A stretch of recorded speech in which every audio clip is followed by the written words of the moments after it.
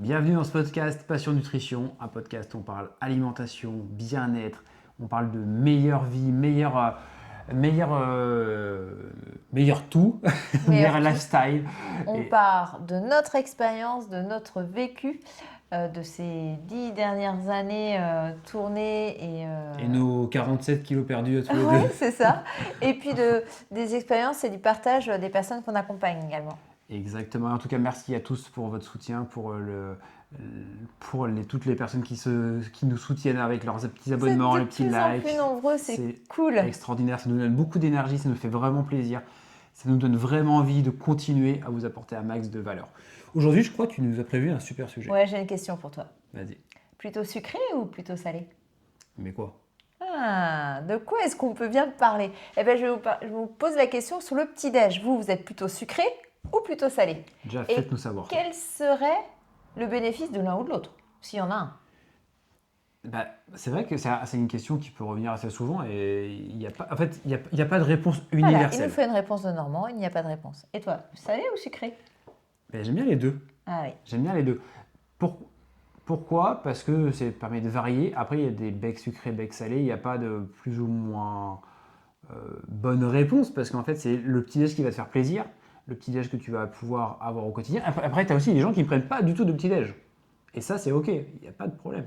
Mais on parle pour les personnes qui prennent un petit-déj, bien sûr. C'est sucré ou salé, c'est pas grave, c'est pas un problème, mais c'est savoir plutôt qu'est-ce que tu vas construire, qu'est-ce que tu vas mettre, qu'est-ce que tu vas apporter à ton corps à ce petit déjeuner-là. Il y a aussi des habitudes culturelles dans certains pays. On mange plutôt salé, d'autres plutôt sucré. Qu'est-ce que depuis ton enfance, on t'a donné l'habitude aussi de manger? Du coup, ça t'ancre dans certaines habitudes parce qu'il ne faut pas se mentir, le matin, il y a des matins où on a le temps, mais il y a quand même plus de matins où tout est millimétré et tout est compté. Donc, limite, si ça se trouve, tu t'es jamais posé la question et tu prends le même petit déjeuner depuis X temps sans t'être dit, bah tiens, si je changeais. C'est ça.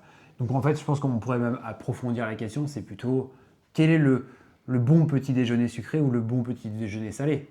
De quoi il devrait se composer en fait? C'est Qu'il ça. soit sucré ou salé?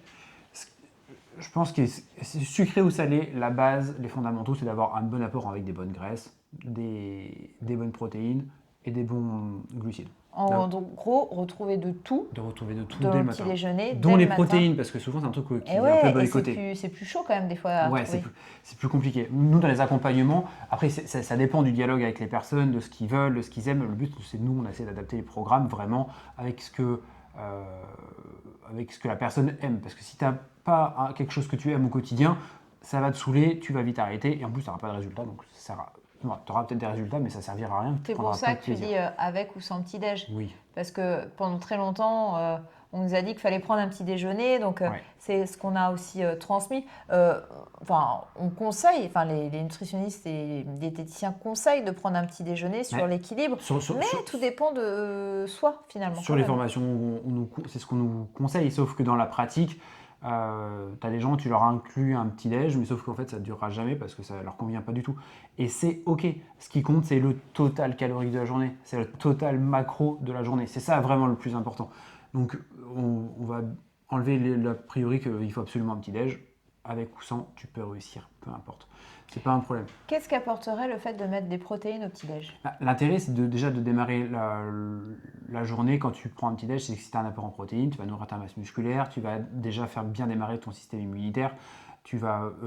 C'est vraiment les deux principaux bénéfices. Et surtout que ça te permet d'en manger un petit peu moins sur les autres repas, parce que des fois, ça fait des grosses quantités, on s'en rend compte, hein, que soit en vieillissant, on en mange moins, soit c'est quelque chose qu'on n'a pas l'habitude de manger, mais du coup, c'est un apport qui est obligatoire. Donc, clairement, c'est un apport qui est obligatoire. Donc, ça permet de lisser sur la journée. L'intérêt, il est là.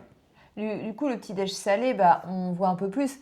Quelqu'un qui va manger salé va pouvoir manger des œufs, de la charcuterie, enfin de la charcuterie, Du hein, jambon, jambon, du pain grillé avec, du fromage. fromage. Voilà, même, plus rarement des plats, mais c'est Oui, plus. ça fait penser au Canada, on avait mangé des maple beans, Oui, les haricots. les haricots, comme nous, les haricots blancs, les flageolets et tout, mais sauf que dedans ils mettaient du sirop d'érable, donc du coup c'était pas salé, et il y avait un peu de sirop d'érable, pas beaucoup, mais juste pour sucrer, comme on pourrait saler un plat, là ils sucraient. Du Ils coup, le c'est le mettaient sur une petit-déj. tartine en fait. Comme les Vendéens aussi. Mais ils Ouais. le mangent peut-être pas au petit-déj. Enfin, Non, je ne sais pas. mais peut-être pas du sirop d'érable. Non, certainement pas. Mais par contre, c'était extraordinaire. C'était extraordinaire, c'était vraiment un très bon goût, c'était super, ça faisait un peu crémeux, ça marche très très bien. Et donc là, le petit déjeuner salé a les protéines, les bonnes graisses. Les bonnes graisses, du coup, Tu les as avec tout ce qu'on a. tu peux mettre un petit peu de mis. beurre, tu peux mettre un peu de noisettes, amandes, de noix, ça marche très bien aussi. Les bonnes graisses, tu les as aussi dans les œufs. Donc idéalement, les œufs, c'est de faire en sorte que le jaune ne soit pas cuit. C'est vraiment dans l'idéal, c'est ça. Pour pas changer la structure des omégas qu'il peut y avoir dedans. Et sur un petit déjeuner sucré, comment on peut y trouver ces protéines? Ces petits déjeuners sucrés, c'est un petit peu plus compliqué quand même, mais du coup tu vas plutôt le trouver dans des sources comme le fromage blanc, mais des fromages blancs entiers, hein, pas du... Ah oui, c'est vrai que tu peux prendre du 0%, mais nous on n'est pas... On préfère tout ce qui est entier parce que nous, 0% on est des nutritionnistes anti... Et généralement, tu vas en manger plus pour avoir la qualité du goût, en fait. Ouais. Alors que l'entier, t'en prends peut-être moins, mais tu as vraiment plus de plaisir. Et surtout, c'est pas transformé. Et tout ce qui est transformé, on sait que le corps, des fois, il y a des choses qu'il ne sait pas assimiler. Ouais, c'est moins naturel. Donc du coup, après, tu peux l'avoir aussi avec le skyr, qui reste quand même un produit qui est un peu transformé. Ça marche aussi. Des œufs, du coup, tu peux te faire des petites recettes à base d'œufs. Comme un bowl cake, exactement. Nous, on aime bien faire des porridge. Ouais. Moi, j'utilise de la whey dedans. Des flocons d'avoine avec du lait que tu vas prendre tiède ou froid. Ça dépend des apports que tu as. Parce que si tu le prends chaud ou tiède, il faut savoir que son indice glycémique va être plus haut. C'est pour ça que beaucoup le préparent la veille, le laissent poser et refroidir pour que du coup l'indice glycémique redescende. Et dans les flocons d'avoine, le overnight porridge. Et les flocons d'avoine vont t'apporter des protéines, surtout s'ils sont complets. Ouais, c'est ça, ça apporte des protéines, ça apporte aussi des fibres et des fibres solubles. Donc c'est vraiment un aliment qui est assez complet, donc c'est assez bien. Nous, c'est quelque chose qu'on aime bien aussi au quotidien. Et moi, j'adore faire ça. Après, pour le sucré, si on pousse un peu la discussion, c'est que pour le sucré, il y a trois choses que l'on peut mettre dedans. Par ordre de priorité, je dirais, en numéro 3, on pourrait mettre le sirop d'agave qui a un index glycémique et une charge glycémique assez basse. Tu veux dire? En sucrant, parce qu'on parle de petit-déj sucré. Parce que du coup, là, tu peux mettre tout ça dedans, mais ça sera neutre si tu ne mets pas d'apport. En 2, on peut mettre du sirop d'érable, c'est un produit naturel, sauf que en termes d'empreinte écologique, c'est un peu comme le sirop d'agave qui vient principalement du Mexique.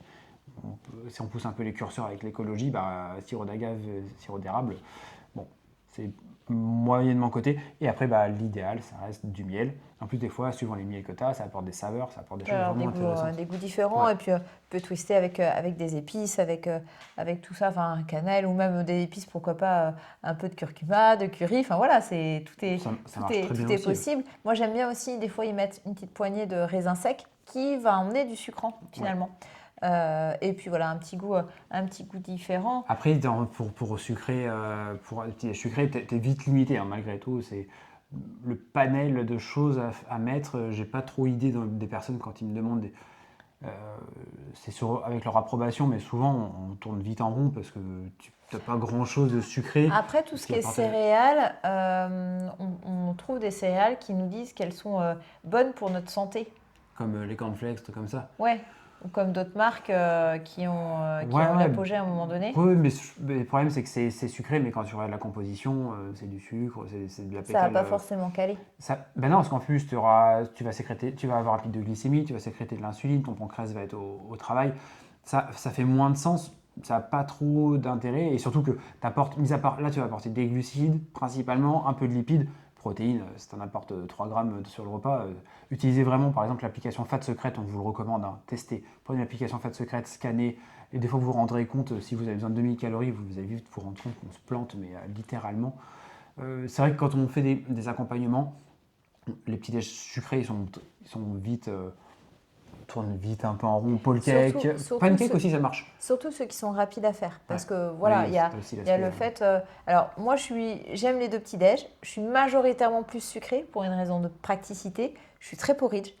Et j'aime bien de temps en temps faire un petit déj salé. Ça me fait penser que je suis à l'hôtel, vous savez, un petit moment où on prend le brunch et tout, on prend un peu plus le temps. Donc, généralement, c'est les jours où je prends un peu plus le temps. C'est aussi ces jours-là où je vais faire des gaufres, je vais faire des pancakes. Mais ces recettes, elles peuvent être aussi faites en amont. Vous pouvez très bien faire des gaufres, lancer une série de gaufres, les mettre au congèle et le matin, les faire réchauffer à votre gaufrier en fait. Ça ne va pas mettre plus de temps que votre pain à griller, ça sera pareil. Et puis pour le côté pratique, on parlait de rechercher des protéines. Ben moi, ça fait des années que j'ai des astuces, que j'enrichis mon petit déjeuner, mon porridge, avec un apport en protéines qui va aussi parfumer mon porridge. Oui. Ce sont des alternatives, ce n'est pas des obligations, mais ce sont des alternatives, c'est pratique. Oui. Pour moi. Et puis j'y prends, il faut bien le dire, du plaisir et j'aime ça. C'est ça, exactement. Bah, moi, je suis pareil, je suis à 80% de mes petits-déj, ils sont sucrés, ils sont pas salés. Bah, après, j'aime bien faire des salés, parce que ça fait grandement plaisir, mais il y a quelques années, j'en faisais pas non plus. C'est plutôt une histoire d'envie, c'est plus une question d'envie. Mais c'est vrai que quand tu es vraiment sucré, le panel, c'est pancake, gaufre, bowl cake, porridge, le skyr au fromage blanc avec un peu de muesli, avec un peu de miel, des choses comme ça. Voilà, ça, tout ce qui va être beurre de cacahuète, beurre d'amande, si vous aimez du pain, pareil, hein, plus il est complet, plus il vous apportera. Mais ça, on reste encore sur une base neutre. On n'est pas trop ni sucré ni salé. Mais on peut y mettre du beurre de cacahuète, oui. On peut y mettre du miel, on peut y mettre des confitures plutôt maison ou celles qui sont un haut pourcentage de fruits. Parce que il y aura forcément moins de sucre, enfin ça sera du fruit quoi. Exactement. Et quand toi tu parles de fruits, ça me fait penser à quelque chose, c'est qu'on prend souvent le cas des jus de fruits. Attention, soyez vigilants avec ça, parce que vaut mieux manger un fruit. J'ai l'impression on répète, vous l'avez entendu des milliers de fois, mais comprenez ça, c'est que en termes de volume dans l'estomac et en termes d'apport, vaut mieux manger une orange que de prendre un verre de jus d'orange. Il n'y a plus les fibres dedans. Et très souvent, regardez les étiquettes. Vous allez voir que c'est du concentré. De l'eau, c'est de l'eau et du concentré d'orange. Donc c'est souvent des oranges complètement qui sont de base, qui ne sont pas commercialisables, qui sont réduits à la poudre et ils arrivent à refaire des trucs.